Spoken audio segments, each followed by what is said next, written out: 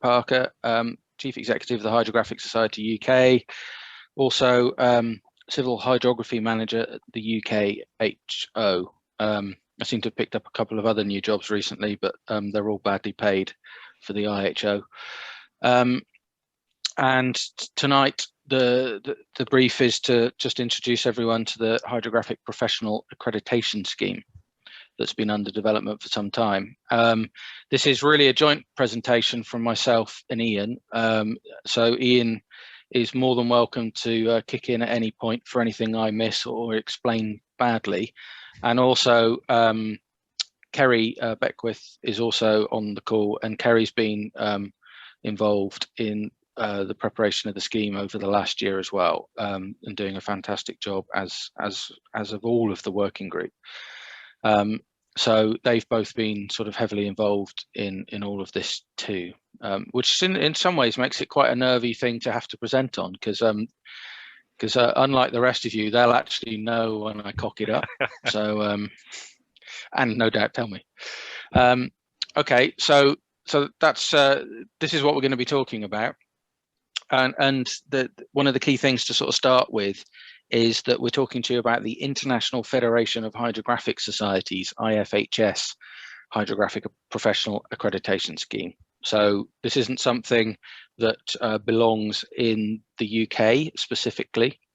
It's a more international scheme than that. And currently IFHS is made up of the hydrographic societies of Germany, South Africa, Holland and Belgium, UK, Denmark, Italy and France. Is that all the ones along the bottom?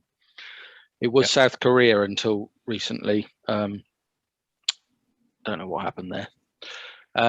So hopefully, come on slides. It's interesting, slides aren't advancing. Press the buttons instead. Oh, okay. It started going. Yeah. Yeah, that changed. Good. Yeah, apologies if it's all a bit laggy. My 6 megabit internet connection out in the wilds of Mid Devon is the best that OpenReach can do, and at the moment it's being shared with 2 teenagers who are probably downloading 38 terabytes of something or other and watching Netflix at the same time. So we'll see. Hopefully, just let me know if it's fallen over in any way, assuming you can let me know. So just to remind you or inform you all about the Federation of Hydrographic Societies, they describe themselves as a unique partnership of learned national societies, so like THS UK, that through its worldwide membership aims to address every specialism within the hydrographic profession and related disciplines at all levels of experience and expertise.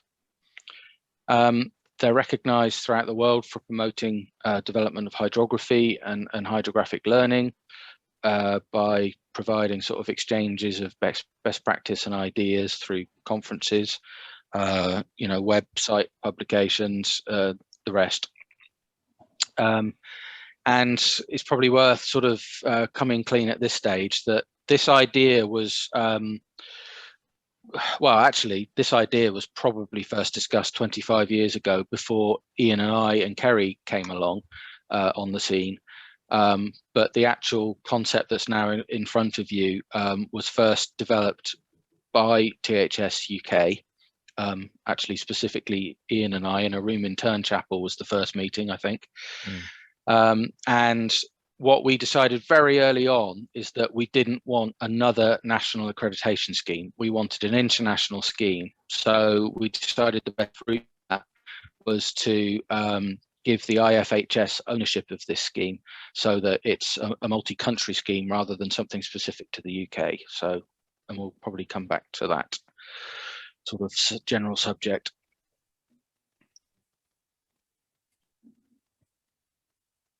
I'm just going to pause each time to make sure the slide keeps up with me. So, so what is HPAS? Well, the Hydrographic Professional Accreditation Scheme is designed to assist and support individual qualified and experienced hydrographic professionals to demonstrate their competence, capability, and help develop their careers. It's sort of designed to evaluate and assess applicants against the IBSC S5. So for that, read IHO. S5 standards, which normally are used with reference to educational curriculum. So we've used that and taken it to sort of measure sort of competence instead against that scheme. And through a sort of a combination of looking at a person's education and their experience and all the different things they've done in their career since their education, they're then assessed against this scheme. And there are also other sort of ancillary demands that you'd expect from an accreditation scheme around ethics and code of conduct, etc. Another important factor, and as I already said, we didn't want a national scheme, we wanted a regional or international scheme. So as part of that effort to stop any kind of localism or protectionism kicking in, we've already discussed mutual recognition schemes with with other schemes already in place, such as the Australasian scheme, the Canadian scheme, and there are actually a couple of others coming along in the pipeline as well. So what we're hoping is through mutual recognition that anyone can join any one of the schemes, but it will then be recognised if they go and work in another country, because obviously our profession's pretty international.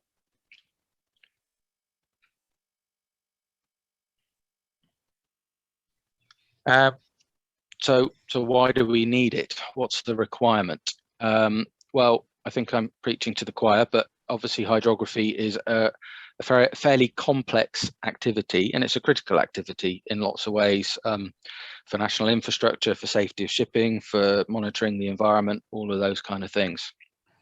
And we feel it's therefore critical that professionals are suitably educated, trained, and have appropriate experience.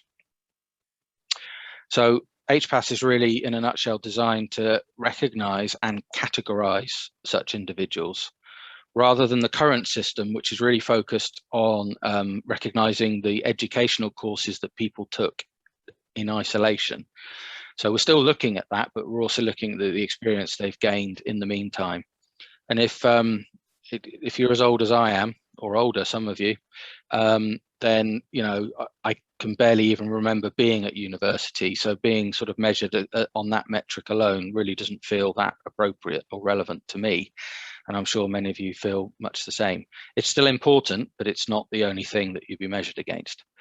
Saying that, of course, once this accreditation scheme's up and running, people will look at what level you're accredited to, but of course, they'll still always be looking at your CV. They'll want to know what specific experience you've got as well.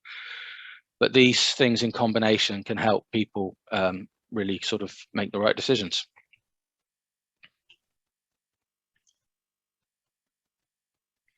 The other element is that we're actually a little bit behind the curve in this part of the world. I've already mentioned the Australasian scheme, which has been running for 5+ years. The Canadian scheme's been up and running for quite a few years as well. So there's a general growth in this overall concept. And there's actually a French national scheme, a German national scheme focused on hydrography.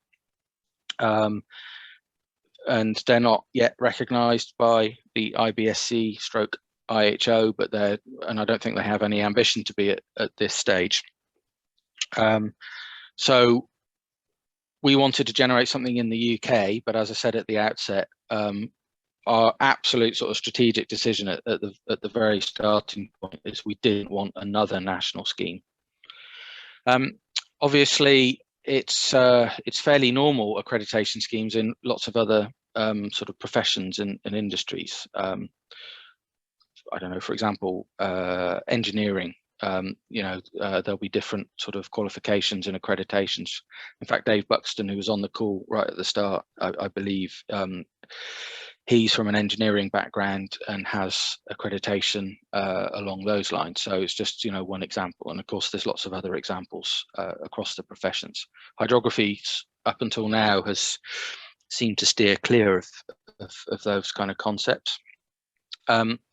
And the other issue really relevant to the UK as well is that there will soon, if there aren't already, be very limited opportunities for Cat A education.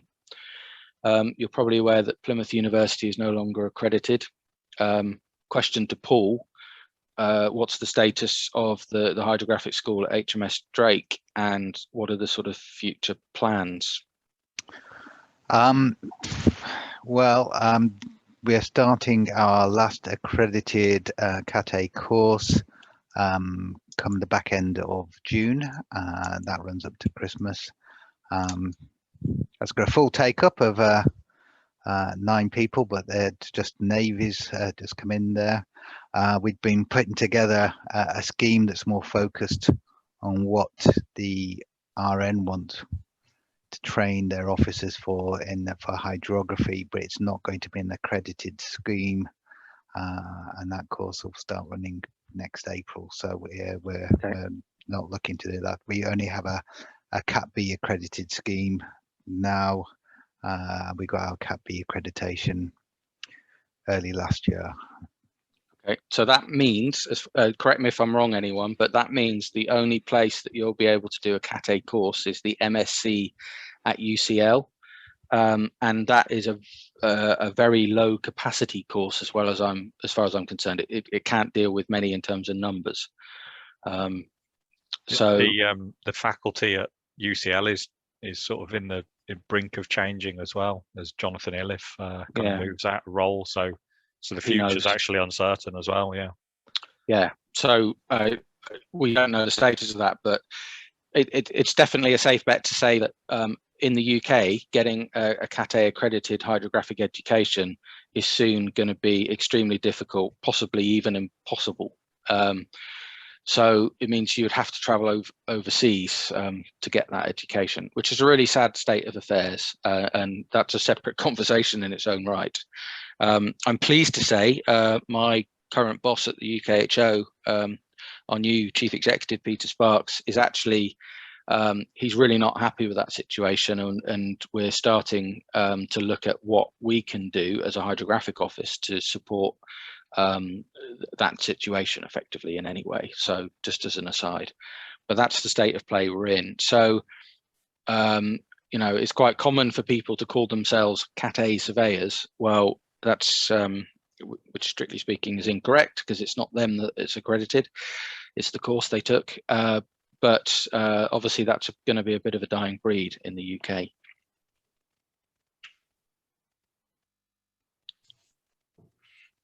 Okay, so what are the key aims for HPAS? Well, as we've said, we want it to recognise the education, the experience, the skills, and the ongoing development of professionals engaged in hydrography. We hope to extend the international significance and coverage of individual professional certification schemes, as they're often called, by seeking mutual recognition from the other IBSC recognised schemes. And we specifically want to avoid a further increase in national only schemes. And again, I'm going to keep coming back to that, but the thought of that sort of localism and protectionism that could generate, and one of the stories that I've bored everyone with over the last year is when I got the exciting opportunity about 20 plus years ago to go and run a job in Manhattan in New York State for Halcro, who I worked with at the time on undertaking a port development. And at the very last minute, I found out that I couldn't go over there and run this hydrographic survey because I wasn't a licensed surveyor in the state of New York. So, you know, long story short, we had to get somebody else to do it because they were locally recognized. So in the States, it's even a state by state issue. But, you know, that experience quite scarred me early on in my career, and I thought, this is just stupid because I can do that job. There's no reason why I can't do that job. But I think the philosophy we want is that once you're accredited on a similar scheme, that you should be able to work internationally with that ticket effectively. So in doing so, we want to raise the profile of the hydrographic surveying profession and encourage the highest levels of professionalism within the hydrographic community, and ensure also confidence that employers will have in their employees' ability. HPAS is designed to evaluate and assess individual applicants against the IBSC S5 document, with pathways and competency levels developed to reflect knowledge and experience alongside that education. And to ensure the best alignment with recognised international infrastructure, our sort of strategic objective right at the outset, and it's quite unusual in this regard, is that we wanted the scheme to be recognised by the IHO through the IBSC, the International Board on Standards and Competence, for hydrographic surveyors and nautical cartographers. So that was our strategic objective number one, really. We wanted this to be a recognised scheme on an international basis, which is a pretty hard target to set when you're starting with a blank sheet of paper.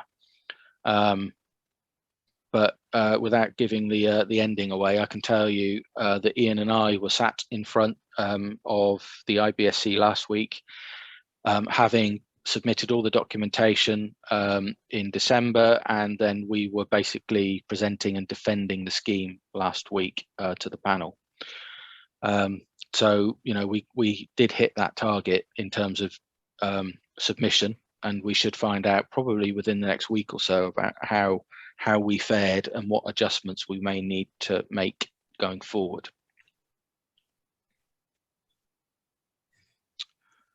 So a little bit about the structure of the scheme. 4 levels.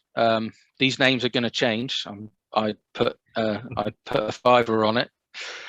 We were joking earlier. Level 0, which is the highest level there, that was always a working title. Yeah, sometimes that happens, doesn't it? You use a working title, confident that your imagination will bring you the perfect name to use. To date, it hasn't. And also level 3 as well. That's caused a bit of consternation with the IBSC, because the idea about level 3 is it's a kind of student or trainee level, and you can do this on day 1. And they didn't like the thought of anyone being accredited on day 1. And of course, well, hang on, it's level 3. It's kind of, it's the base level, it's the foundation level that isn't actually accreditation in the way that you would really understand it and use it. But anyway, can I just add on the level 3? Yeah. The way we actually worded it was that for the certification, or you get a certificate basically after a year of being on the scheme. So it's basically, and all it says is, you know, you've started that journey, and you're on your way to becoming a accredited hydrographic surveyor. Yeah. But it also, I'm getting ahead of myself here, but it also encourages people into that sort of framework. So they're doing things like recording CPD properly. They're documenting all their work in a logbook of a given structure, and all those kind of things that anyone who's, you know, gone through the RICS route or MRS or anything else 5 years into their career is always kicking themselves because they didn't record stuff early on enough. So it's all about building that correct mindset and you know, getting things started on the right footing from day 1. That's how we defend this. So I ought to explain them all, really. So level 3 is a level 3 applicant will have an interest in working in hydrography and will likely just be starting out on their career. So they might be a student on a defined hydrographic educational program. They may be a trainee or an apprentice working with an experienced surveyor. There may also be another professional, you know, for example, a land surveyor who's kind of morphing across to specialize in hydrography.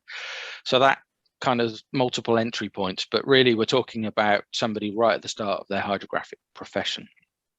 And I think we've said enough about why we think that's important. None of the other schemes have this.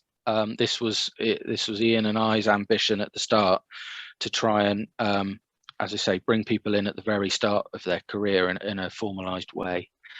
So level 2, this this kind of parallels with the Cat B, the outcome from a Cat B program. But basically, an accredited level 2 hydrographic professional will be a practical surveyor capable of performing various tasks, survey tasks, and executing survey instructions for field projects, and will have met the defined criteria under the scheme. And there are various sort of routes through, but the very fastest way for this is to have sat through a Cat B program and then got at least 1 year's experience and met the criteria as defined by the scheme. There are longer routes avoiding the Cat B route, but they are considerably longer in most cases, you can see from the matrix there. So level 1 is for those who have the required educational basis and have maintained their experience. They've built upon their initial formal survey qualification, gained relevant experience, developed their career, and would have progressed to a supervisory or senior level, kind of charge surveyor, party chief kind of thing. A level 1 hydrographic survey professional will be experienced in the planning and execution of hydrographic surveys and be able to lead complex multidisciplinary field projects in a variety of different sectors. And again, the fastest route to get the level 1 accreditation is having sat a Cat A program and then gained the relevant experience, minimum of 2 years, and kind of ticked all the boxes. And then on to level 0, working title. This is the highest level, the most advanced level. And again, none of the other schemes had this when Ian and I first started this ball rolling. And we were very keen, perhaps because it was reflecting our own stage of our careers as well, that there was something beyond, in the hydrographic profession, something beyond the sort of lead field surveyor. So something like a program manager or a hydrographic manager or training manager, somebody who's done years and years of surveys is very competent, but particularly in doing surveys anymore, and arguably wouldn't be asked to, because they may be, maybe they're a bit rusty. But they're still playing a really active role within the hydrographic profession. So it's the highest level attainable, and it's for those kind of people who've got all of those core technical skills and experience. They've led surveys in the field for years and years, and then they've become more sort of office-based in a management role, but still managing hydrographic operations or programs or whatever it might be. And as the matrix there shows, we didn't sort of define just one way through all of this. There are sort of multiple entry points. So Cat A program, Cat B program, a unrecognized surveying degree, such as the Plymouth degree, different certificates or diplomas, and in some limited senses, experience only, where you still have to have completed the educational requirements, but not in a formal kind of residential course kind of way. You must have met that educational requirement, but you can do it in a kind of more modular, dare I say, ad hoc kind of format. Hey, before you leave that slide, can I chip in? Far away. Yeah, just would there be an opportunity in the recording in level 3 that membership of an appropriate hydrographic society might well be something that would be a requirement, which would encourage the new students to join the hydrographic society for one thing, but it would also demonstrate an interest, wouldn't it? It would. A good point. And actually, I wasn't going to mention that. Not intentionally, I just forgot. It's a requirement that currently it's a requirement that you must be a member of one of the national hydrographic societies. So, you know, the UK society, the German society, whatever your national society is, to be accredited on the scheme. So that's the requirement as it stands at the moment. That may have to be changed to something like, well, if you're not a member, you'll pay the membership fee on top plus 10% or something to really sort of push people into that membership. But Arguably, the main direct benefit from the scheme for each of the national societies and the federation is to encourage membership. The scheme itself, the charges on the scheme won't cover the cost of running the scheme.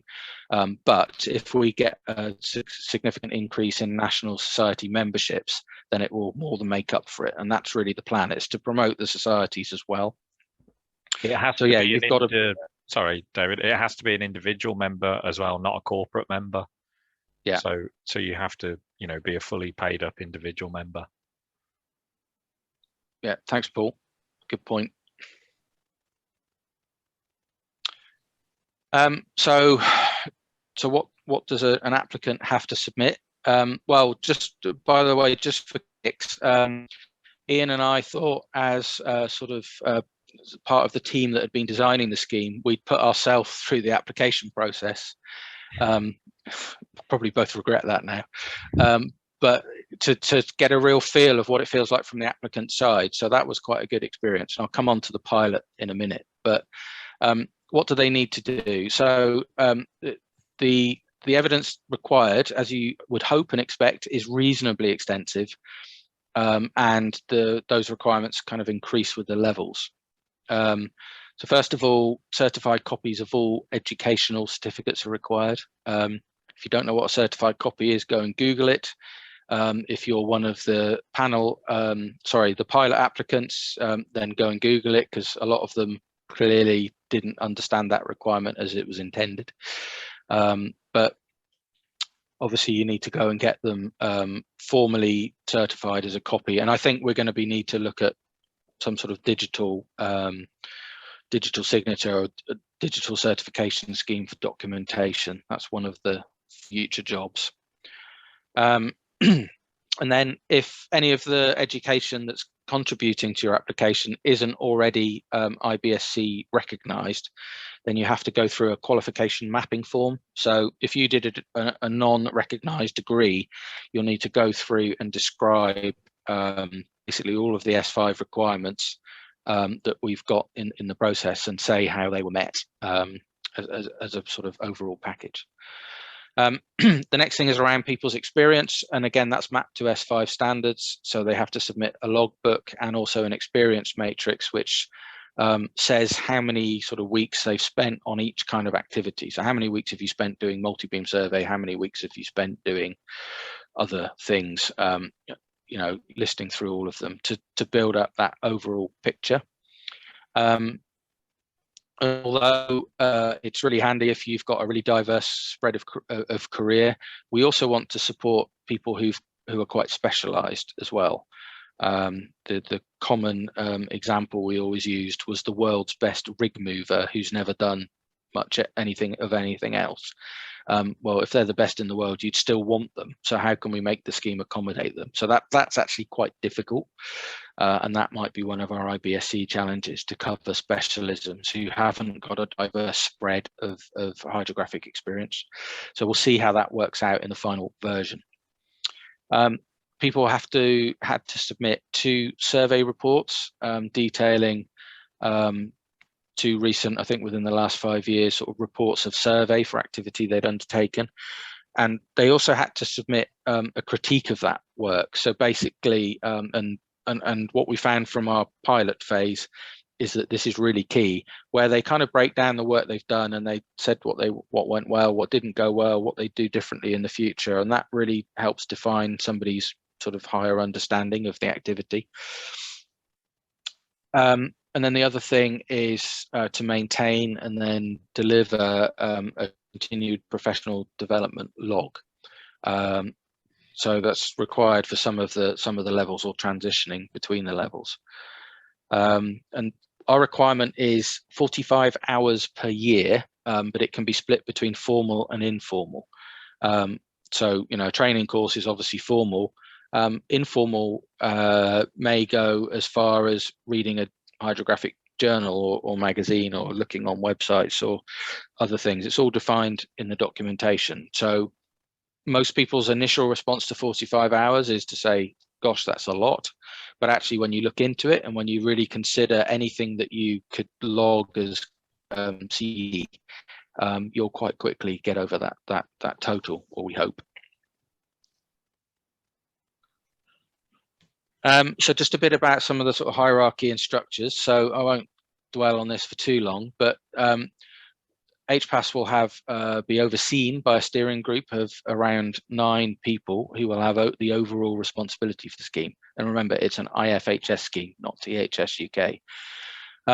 So those steering group members will typically be those leading national hydrographic societies, and therefore should have a strong interest in protecting the scheme. So I've just put all the names up of our current steering group panel. You'll see at the end there, the UK representatives are Ian and I. So Ian is really there for a UK perspective on the, I don't know, you know, the relevance and purity of the scheme, and my job is to focus on delivery of the scheme.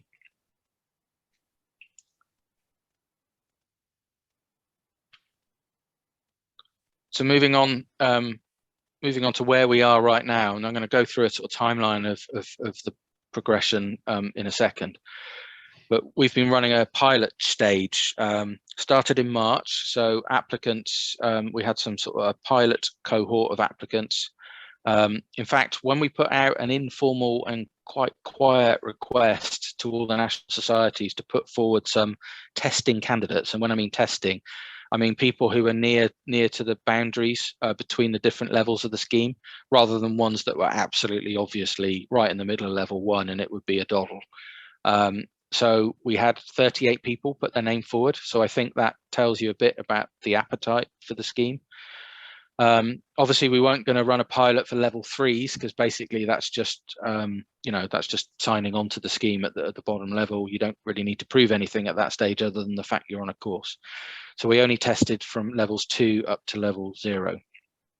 That pilot cohort had to submit by the 31st of March.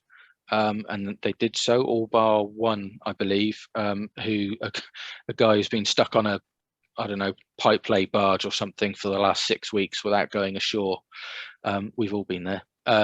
So he unfortunately had to pull out, but otherwise everyone completed the documentation.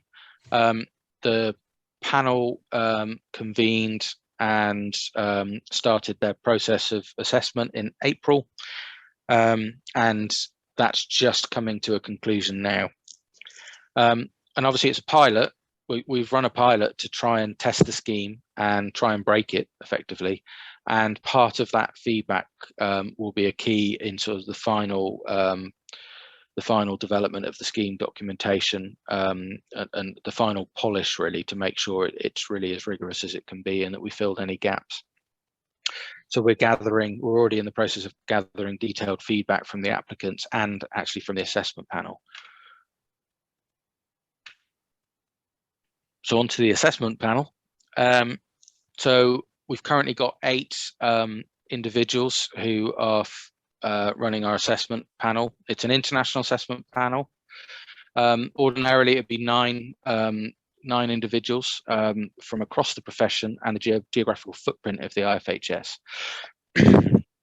And they're drawn from academia, industry, hydrographic offices, military, etc.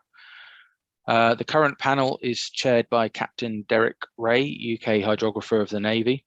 Derek sends his apologies for this evening. He was going to come and tell you all about the fun they've been having during the pilot stage. And we also have 2 national hydrographers on board helping with that assessment.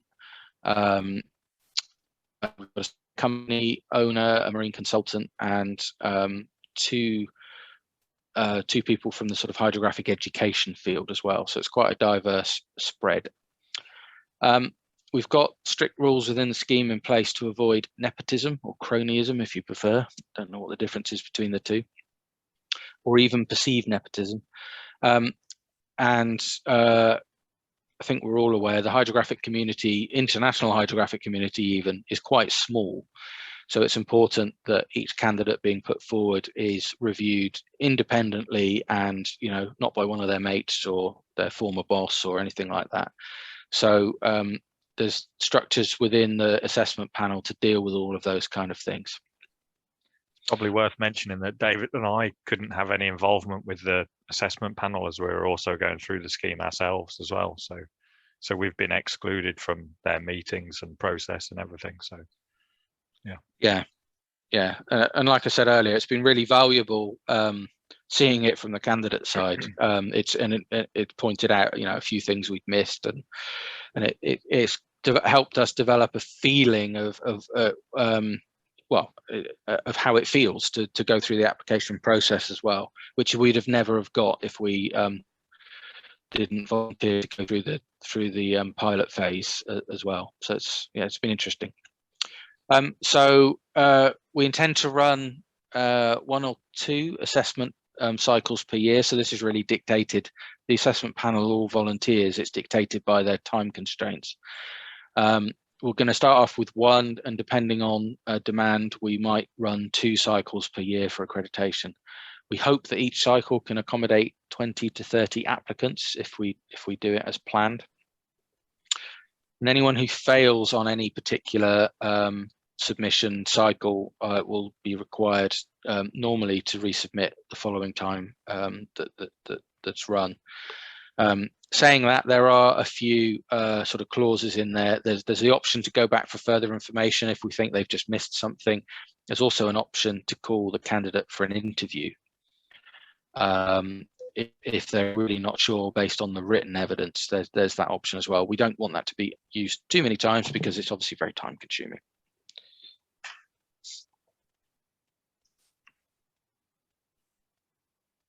That's the rest of the panel. So you see in there the UK representatives on the panel.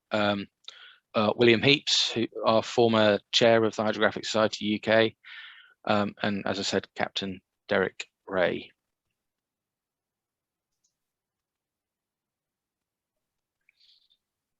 Okay, well, a key element of this is how we're going to deliver it, because it's all very well having all the ideas and all the documentation, but we actually have to deliver it. And that's where THS UK comes in. Clearly, having a sustainable professional infrastructure to maintain delivery of the scheme is crucial. It's got to be perpetual, all those things. So the Hydrographic Society UK will be responsible for delivery under that IFHS stewardship from the steering group. We've already got 2 paid employees, and we're in the process now of recruiting a 3rd dedicated HPAS coordinator. So those 3 employees will be there for delivering the scheme largely. THS UK will be the secretariat, so they'll do all the administration of the schemes, they'll take all the applications in, they'll sort through them, they'll look for any gaps, they'll do some of those binary kind of checks that can be done before the panel get to work on the detail. They'll look after the documentation, the website, all of that kind of thing. So the HPAS coordinator will be reporting directly to the operations manager, currently Dave Buxton. And then my job as chief executive is to sort of maintain that overall responsibility for that day-to-day delivery. So obviously we'll be answering both to the applicants and to the IFHS to make sure things stay on track. We've set up a formal cooperation agreement between THS UK and IFHS to provide that sort of operating framework and deal with all the minutiae of finances, income, outgoings, all that kind of stuff. And while we're talking about money, applicants will need to pay an application fee and then an ongoing minimal annual fee to maintain their accreditation to help cover some of those costs. Primarily the cost of employing the HPAS coordinator. It's worth saying, though, that all the financial modelling that I had to do right at the start shows that the scheme will not cover its costs for quite a long time. But that's fine because we hope that the scheme will generate an increase in membership for the national societies, which of course is the key element really for those societies, and that will bring in more income and increase their footprint. David, will there be a separate website? Yes, under development, but actually the website content is easy. It's just a place to post the documents. The harder part is the sort of background database for submissions and tracking all the incoming information. So that the upload is the complicated part. But yeah, that's under development, and it will either be hosted on the THS UK website, or preferably it will be part of the new IFHS website structure. We've bought the domain name already, ifhs-hpass.org, I think. Don't quote me on that. Don't go looking either, because there's nothing there yet, but that will likely be the domain name, Rick. Thank you. David, you said we've already got two employees, I think you call them. Yep. Paid posts. Who's paying these people? Is this from the Hydrographic Society or from IFHS? So we've already got two. We've had two for the last year. One of those is Dave Buxton, our operations manager. The other one is me. So I work 1 day a week for the Hydrographic Society. I've done a deal with the UK Hydrographic Office because to provide that oversight, and so that's what we've already had. The new person, and good question. It's the kind of question I would expect from our finance director, really, although he already knows the answer. Is that the new person will be funded by the IFHS, because the income from the scheme goes direct to IFHS, so they'll be paying for the employee to help run the scheme. So that's the plan. THS UK may be able to call upon that person if they're not already fully utilised to do some THS UK work, but it will be then recharged and will pay IFHS back for that activity. So the reason we're employing them and not IFHS is because they just don't have any to do that. You know, the employment policies, the pension schemes, just the whole sort of setup for employing personnel and managing personnel as well. IFHS are not quite a sort of the same kind of entity that THS UK are in terms of a long track record of employees and etc. So that's why we're going to employ them, but IFHS would cover their salary. But this would be for the accreditation scheme as run in the UK, not the international one, as it were. There's no different. This is an international IFHS scheme that the UK society have been tasked with the delivery of. So it's not our scheme, it's the Federation scheme, but we're delivering it for them. So we're the delivery agent. Okay, so they would be assessing international applicants then? Yep, it's an international panel, it's an international list of applicants, and they all get shared around. So, you know, we've had people from South Africa, Germany, France, UK, Benelux, assessing candidates from that whole, all over that same footprint. Okay, right. So a little bit about the working group. 3 of us are here, Ian, Kerry and myself, but it's a core team of 6 people who've been working over the last year on this. So, you know, credit to all of them, because this is, you know, very much primarily being driven by and delivered by volunteers. So as well as Ian, Kerry and myself, we've had John Pinder, a former hydrographer of London, Port of London. Gordon Johnson's been working on this too, and also Matt Garrett from the Scottish region. So to date, along with input from representatives from the Federation as well, from the other member societies who've come in at key stages. So we've done the scheme development and then gone back to them to consult. We've talked about changes, improvements, etc. Gone back, reworked the documentation, then gone back to the Federation. So it's kind of an iterative process. And we had a really good deadline to work to, which is the 31st of December. And that turned out to be quite a good driver for everyone involved, because that was the IBSC submission deadline. Every project needs a good deadline.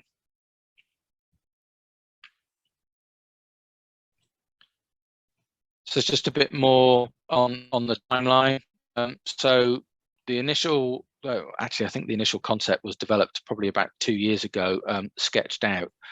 But the first sort of fully working proposal, outline documentation, was supplied by THS UK to the Federation around June or July last year.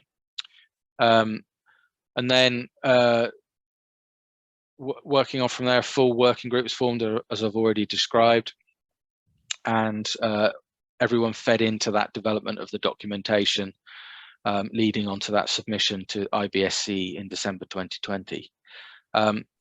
In January and February of 2021, this year, we started formation of the assessment panel and the steering group, and all of the sort of documentation surrounding their arrangement. And then, as I said, our pilot phase commenced in February and will complete shortly, within the next week or so. That will then lead into a final period of adjustment. So we're going to get feedback and possibly requirements from the IBSC. We're going to get feedback from our candidates, and I spoke to Derek Ray today, and he promised me in certain terms that we're going to get feedback from the assessment panel as well. So there's also some external feedback coming in from the likes of IMCA, where some of the industry representatives, they're thinking about how the scheme may affect them, running organisations, running companies, what the commercial impact may be, etc. So trying to sort of take all of that spectrum of feedback, and as you can imagine, the IBSC viewpoint might be really quite different from the IMCA viewpoint. So we've got to try and find the middle ground that everyone can accept and work to. So that will be a challenge, but we're up for it. And just a little bit about future as well.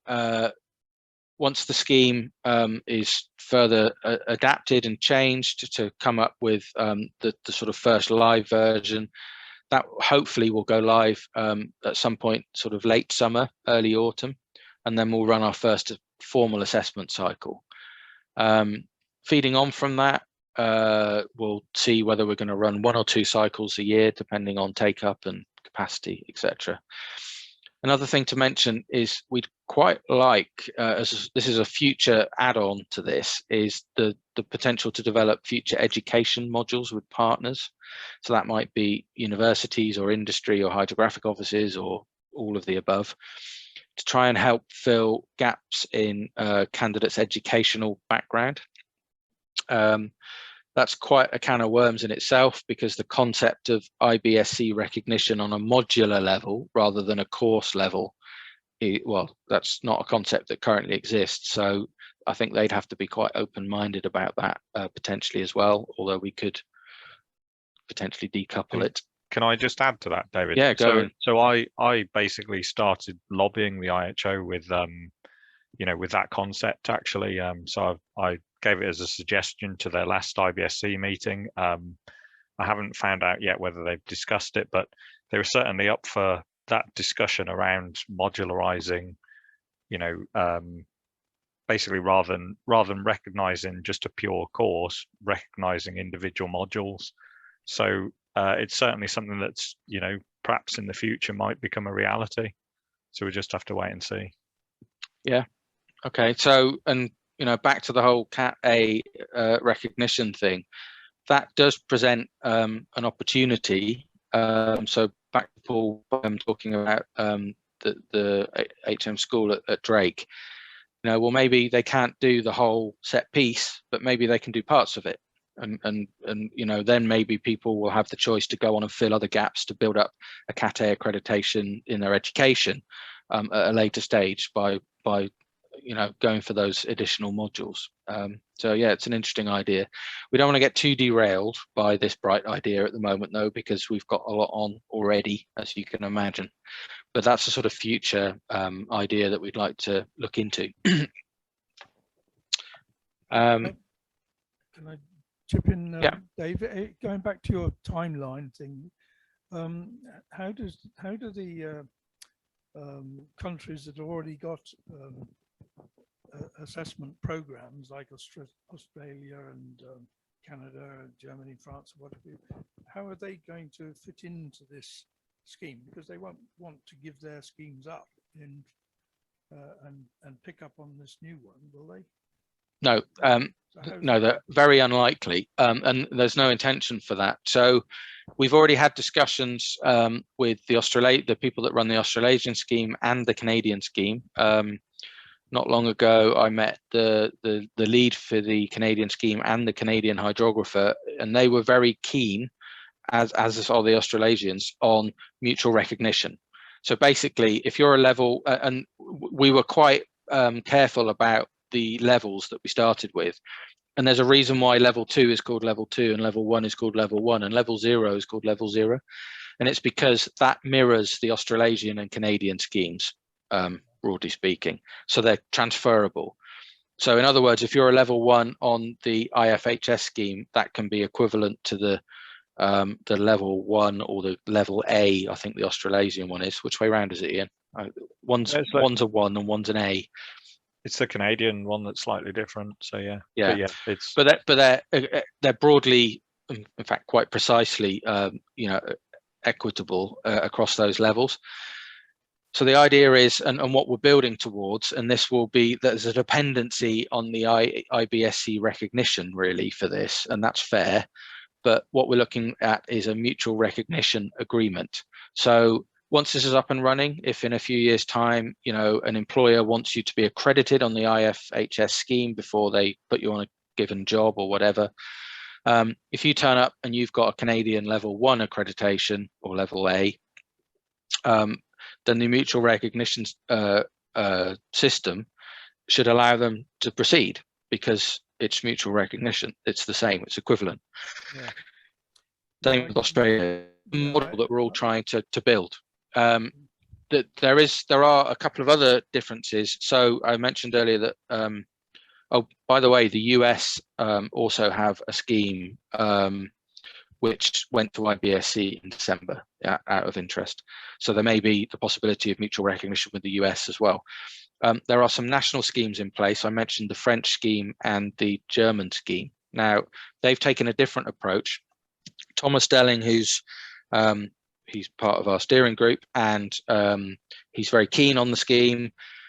He said, and this is informal, but he felt that if the scheme got up and running and established, that there wouldn't really be any purpose left in the German national scheme, and he would see that people would simply sign up to this scheme instead, and they would probably wind their scheme up. Now, don't quote him on that. That was informal, but that was his clear thought on it at the time.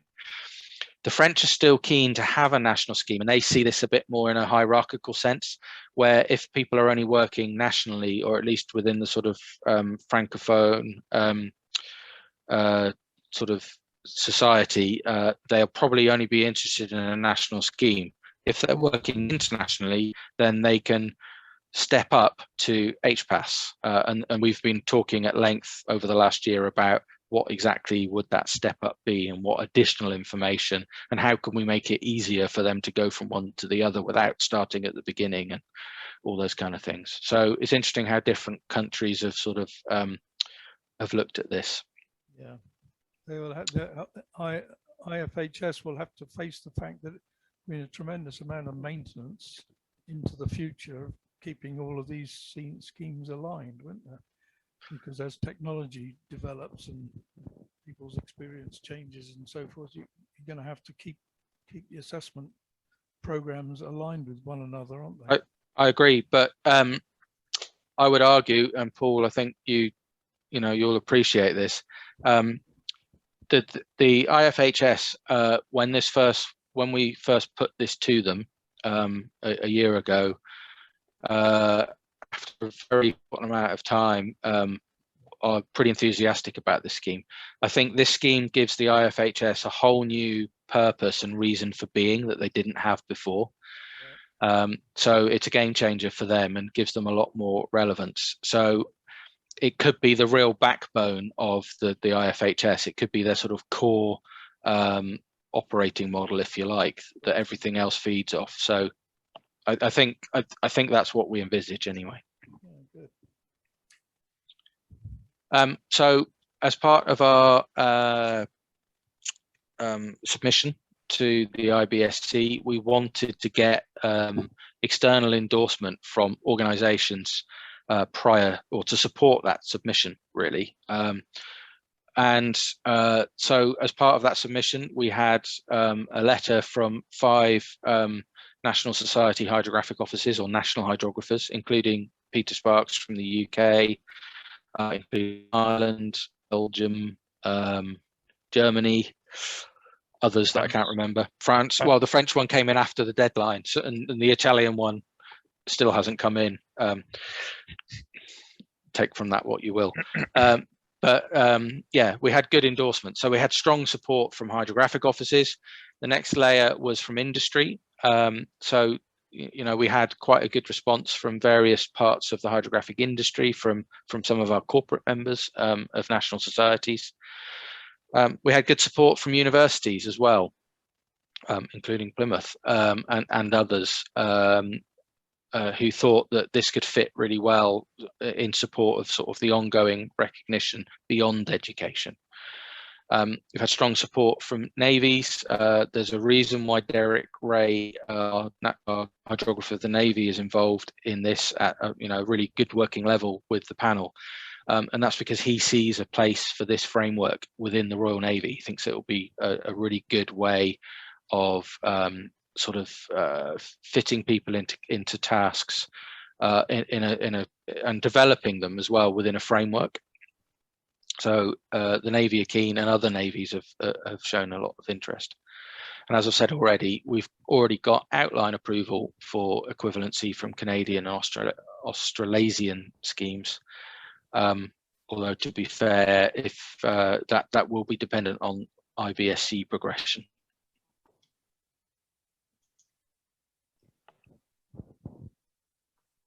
So just sort of bringing it to a conclusion. So the benefits to individuals, we believe that HPAS will promote the highest levels of professionalism within the industry by providing clear professional development routes and improved recognition of skills and experience.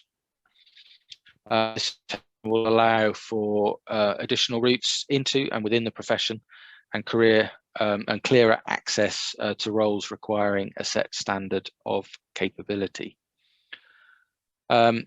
Each successful candidate will, of course, receive a certificate according to the level that they've been accredited on, and they'll also be entitled to use post-nominals for that level. Ian and Kerry, remind me what those post-nominals are, assuming IBSC agree. Can you remember? I can't remember what it I bet Kerry can. Yeah, I bet Kerry can. No, Kerry's clearly looking in the documents now, so that's cheating. I couldn't find my unmute, but no, I can't remember, to be honest. No, but there'll be letters.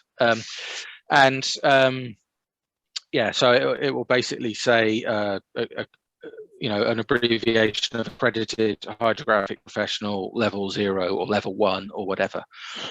So that's the plan. I believe this will stop people from in the future saying I'm a Cat A surveyor, because of course that's never been correct. We all know that, even the people that say that know that, because there's no such thing. They've done a Cat A, they've completed a Cat A hydrographic education, but they're not a Cat A surveyor. Well, this really does create that kind of equivalent. So you'll be a level 1 surveyor, you'll be a level 0 hydrographic professional or whatever. And be able to use those post-nominals. And what we're also hoping to encourage is those that enter the scheme and those that are on the higher levels can mentor those who are on the lower levels who are just starting out in their careers, and help them use it as a framework to develop within the profession. And of course, part of that is joining, for example, the assessment panel. So once they're accredited, you know, we're hoping they'll pay something back into the scheme and volunteer to do the next round of assessments, for example. The post nominals are they're exactly as you said. Actually, it's AH, you know, accredited hydrographer, and then it's L, you know, L, and then whichever level, essentially. Yeah. Nice and simple. Yeah, thanks, Ian. So simple, none of us could remember.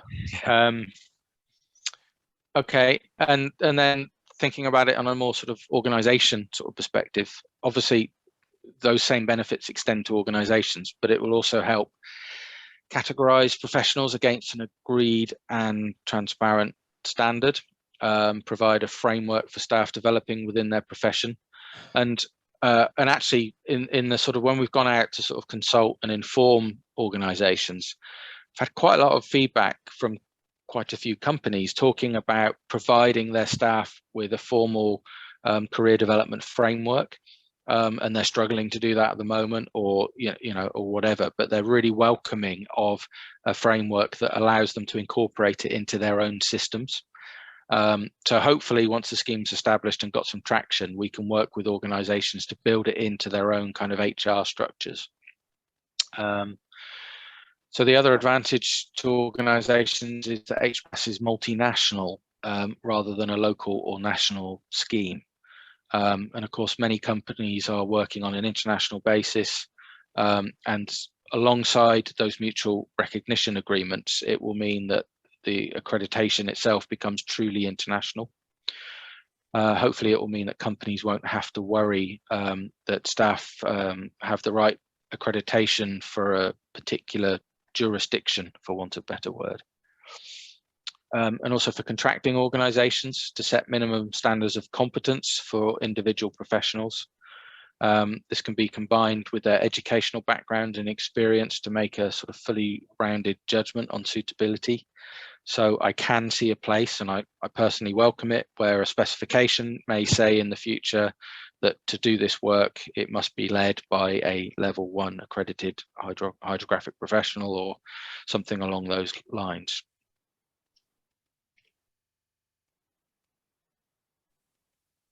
So just to wrap up, these are the documents as are, graphic design by Kerry, by the way. And at the moment, they're provisional because obviously these were submitted to the IBSC and they've been put out for feedback to multiple people. What we're going to do is take all that feedback from the pilot cohort, from the panel, from IBSC, from IMCA, from anyone else, and then there'll be effectively revision B will come out later in the year. That's when they'll be published on a website. Saying that, we're not being particularly protective over these. If anyone wants them to get a head start to look into the scheme as it's currently defined, and it's not as it will end up, I guarantee that. But we're not being too protective over the documents. They're not published, but if you ask for them, we'll be happy to share them as a PDF. So yeah, you can contact probably Kerry or I if you'd like to get an upfront copy on that. But as I say, they will change, definitely. Something will change. Okay, well, it's quite hard to give an interesting presentation about an accreditation scheme, I have to say, because let's face it, no pictures of boats or dolphins or shipwrecks or anything like that, just lots of text and lots of information. So I hope it's been tolerable and informative and hasn't put you into a coma. Has anyone got any questions?